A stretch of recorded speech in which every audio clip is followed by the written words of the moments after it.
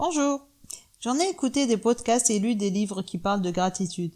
Mais aujourd'hui, j'ai voulu partager avec toi ma vision de la gratitude, te parler de son pouvoir sur nous et les différents outils que j'utilise pour exprimer ma gratitude. Bienvenue au podcast qui va t'aider à trouver ton chemin vers une vie plus saine et équilibrée grâce à l'approche holistique et au développement personnel. Je te propose chaque semaine des outils pour améliorer ton quotidien et rester en équilibre. Ensemble, nous parviendrons à réussir et à construire un monde plus sain et en parfaite harmonie. Bonjour à toi. Quand j'ai commencé à m'intéresser au développement personnel, je me souviens avoir écouté un podcast sur la gratitude. À la fin, je me suis rendu compte que la gratitude n'était pas pour moi quelque chose d'inconnu, que j'avais déjà vu et pratiqué la gratitude sans lui avoir donné cette appellation. À cet instant, j'ai mis en place une petite routine qui inclut les méthodes proposées actuellement et celle que je considère être la plus ancienne et qui est très facile à appliquer. Mais avant d'arriver à t'expliquer cette routine, je souhaiterais en parler davantage sur la gratitude et son pouvoir. La gratitude est tout simplement dire merci, d'être reconnaissant envers Dieu, envers ton entourage, ta famille, amis et aussi envers toi-même. Plusieurs textes religieux parlent de la gratitude et de son importance. On la retrouve chez les musulmans, les chrétiens, les juifs, les bouddhistes, dans les traditions hindoues et dans toutes les croyances et religions. Étant musulmane, il se peut que je te donne un ou plusieurs exemples issus du Coran ou des hadiths. Habituellement, on se focalise sur les pensées négatives, avoir ce que nous n'avons pas, ce que nous n'avons pas réussi à réaliser, à nos maladies, aux mauvaises personnes qui nous entourent, aux mauvaises notes que nos enfants ont obtenues, et nous oublions de nous focaliser sur l'instant présent, aux pensées positives, à ce que Dieu nous a offert, nos réussites, de savourer les bons moments avec ceux que nous aimons, à la beauté de l'environnement qui nous entoure. Malheureusement, nous sommes tellement dans la gestion du quotidien, à courir après le temps, que c'est au moment où nous perdons les belles choses qui nous entourent, comme un être cher, notre santé, un beau pays dans les cas des personnes expatriées, que nous nous rendons compte de ce que nous avons perdu. Avant de parler des études sur les bienfaits de la gratitude et son influence sur notre état physique et psychologique, il faut que tu saches que Dieu nous a demandé d'être reconnaissants pour ce qu'il nous donne. On le retrouve dans plusieurs versets. Le verset 172 de Surat al-Baqarah qui dit Bismillahirrahmanirrahim Ya ayyuhalladhina amanu kulu min tayyibati ma razaqnakum washkuru lillahi in kuntum iyyahu ta'buduna. Je vais essayer de donner la signification de ce verset pour ceux qui ne comprennent pas. Dans ce verset, Allah demande aux croyants de manger ce qu'il leur offre de licite et de lui être reconnaissant s'ils le vénèrent. D'autre part, Dieu évoque dans le Coran, dans la sourate Al-A'raf, verset 10, que peu de personnes sont reconnaissantes dans ce qu'il nous donne comme pouvoir sur toutes les créatures sur terre et les phénomènes qui nous entourent. Le verset dit Bismillahirrahmanirrahim وَلَقَدْ مَكَّنَّاكُمْ فِي الْأَرْضِ وَجَعَلْنَا لَكُمْ فِيهَا مَعَايِشَ قَلِيلًا مَا تَشْكُرُونَ. Aussi, Allah nous informe qu'il nous offrira plus si nous sommes reconnaissants. Il nous châtiera si nous sommes ingrats. Dans la sourate Ibrahim, verset 7, qui dit Bismillahirrahmanirrahim وَإِذْ تَأَذَّنَ رَبُّكُمْ لَإِنْ شَكَرْتُمْ لَأَزِدَنَّكُمْ وَلَإِنْ كَفَّرْتُمْ إِنَّ عَذَابِي لَشَدِيدٌ. Tout cela nous montre que la gratitude doit tout d'abord être envers Dieu, de t'avoir créé, d'être en bonne santé, d'être dans un pays sans guerre, d'avoir de quoi manger, d'avoir de l'argent pour te vestir, d'avoir une maison, d'avoir un travail, d'avoir une famille, de la beauté des nuages, de la diversité des poissons. Il y a tellement de choses que je pourrais passer de la journée à en donner des exemples. Plusieurs recherches dans le domaine de la psychologie positive ont démontré les effets de la gratitude sur notre état psychologique. La gratitude est utilisée pour des personnes qui passent par un état de dépression. afin de les orienter vers les pensées positives et les faire sortir de cette bulle de négativité.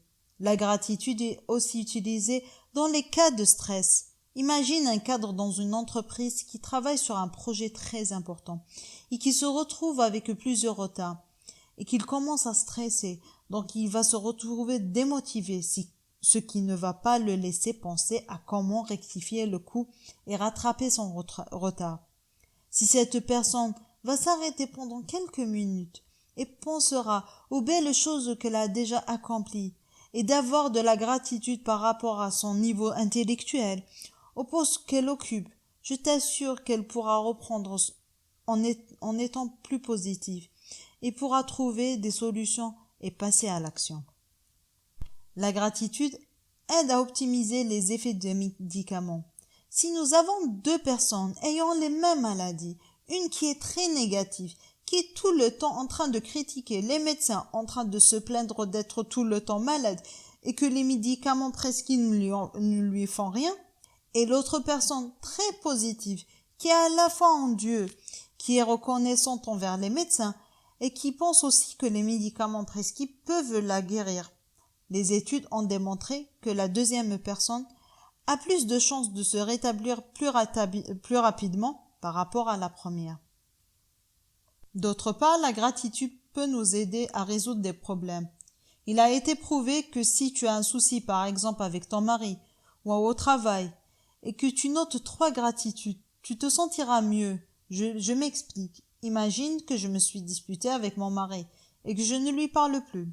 C'est là que ma conscience va commencer à me communiquer des pensées négatives telles « on va sûrement divorcer » ou bien « là il va sûrement me tromper » ou bien « j'aurais dû ne pas me marier avec lui ». Au final, c'est pas la personne que je croyais. Et ma conscience va continuer jusqu'à ce que je déprime, ou bien cette dispute va prendre une tournure que j'aurais pu éviter. Car imagine maintenant qu'au lieu de laisser ma conscience me communiquer des pensées négatives, je prendrai une feuille et je noterai ma gratitude ou bien les belles choses qui me soient arrivées. Telle, c'est une personne que je partage beaucoup de valeurs avec lui. Je sais qu'il m'aime réellement et qu'il me quittera pour rien au monde. Et mon mari est la seule personne qui me soutient dans mes projets et mes idées. Je pense qu'avec ces phrases, tu te sentiras mieux et tu vas même réfléchir à trouver des solutions à cette dispute. Nos parents nous ont inculqué la gratitude en étant jeunes, en disant merci, à sourire aux personnes. Et c'est pour nous rapprocher les uns aux autres et avoir des bonnes relations avec les personnes qui nous entourent. Personnellement, j'aime beaucoup cuisiner et faire plaisir à ma famille. Et cela m'arrive d'en faire beaucoup et de me sentir vraiment fatiguée en fin de journée.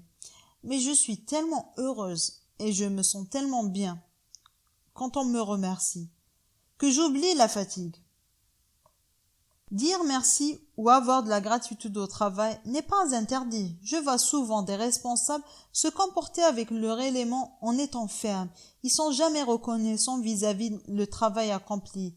Oui, je sais que les personnes sont payées pour faire le travail, mais dire merci ou bien oh, cette fois-ci j'ai trouvé ton compte rendu très bien rédigé ou bien bravo pour les résultats obtenus ce mois-ci ne va pas détruire le respect entre le responsable et sa subordonnée, mais plutôt rendra la personne plus impliquée. Elle aura cet esprit d'appartenance. Si ce lien se crée entre le salarié et l'employé, si un jour ce dernier aura besoin du salarié pour une urgence ou pour faire des heures supplémentaires, elle va accepter avec plaisir. Mais si les relations entre les deux est froide, il se peut que la personne refuse en trouvant des prétextes ou d'être catégoriquement négative. Enfin, avoir de la gratitude peut être envers toi-même. Tu peux te remercier d'avoir pris soin de ton corps, d'avoir réussi dans ta vie grâce à Dieu, d'avoir pris les bonnes décisions, de te former, de t'instruire. La gratitude va t'aider à aller de l'avant tout en affrontant les aléas de la vie. Car oui, il nous arrive d'avoir des moments difficiles, mais il ne faut jamais oublier les bons moments, les succès et ce que Dieu nous a déjà offert. Une dernière chose avant de passer à l'exercice du jour. Avoir de la gratitude, qu'importe pour qui, et qu'importe la manière dont tu vas la faire, doit venir du fond de ton cœur.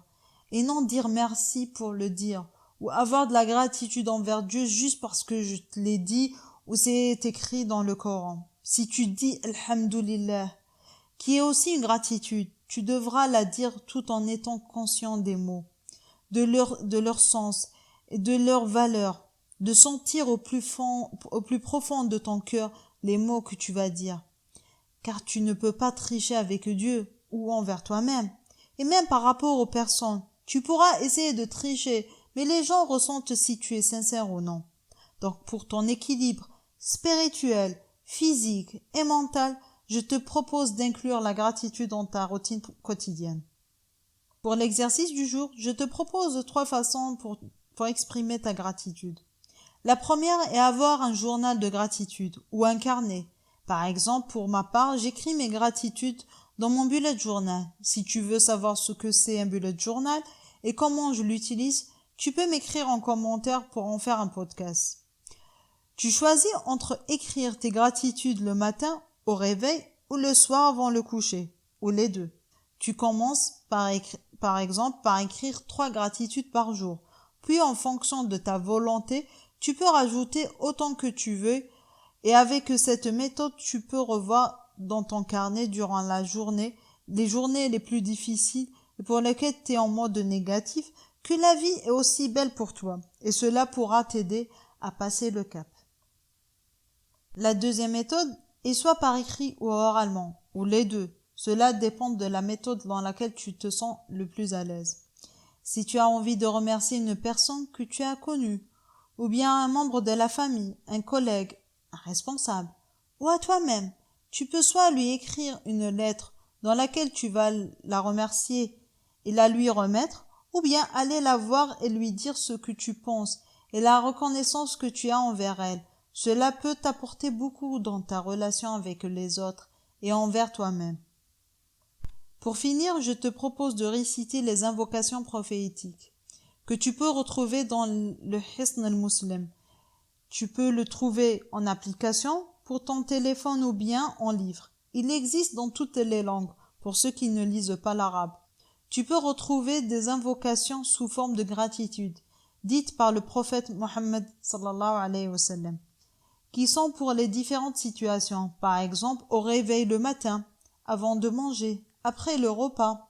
Je trouve que cet outil est le plus facile et peut être utilisé par la personne qui débute et qui ont du mal à s'exprimer. Tu peux aussi exprimer ta gratitude verbalement envers Dieu. Si tu vois un beau paysage et que tu es ému de cette beauté, ou bien juste parce que tu es heureux d'être en vie, ou de la vie que tu mènes. Je te laisse faire ton exercice. Si tu as des questions ou d'autres méthodes à partager, ou bien simplement de m'écrire, je serai ravie de te lire et de te répondre. Je te dis à la semaine prochaine pour un nouveau podcast. Merci de m'avoir écouté jusqu'au bout. J'espère que tu as apprécié ce podcast. N'oublie pas de partager avec les personnes qui en auront besoin. N'hésite pas à t'abonner sur ma chaîne YouTube et à mes autres comptes où je partage d'autres informations qui peuvent t'aider.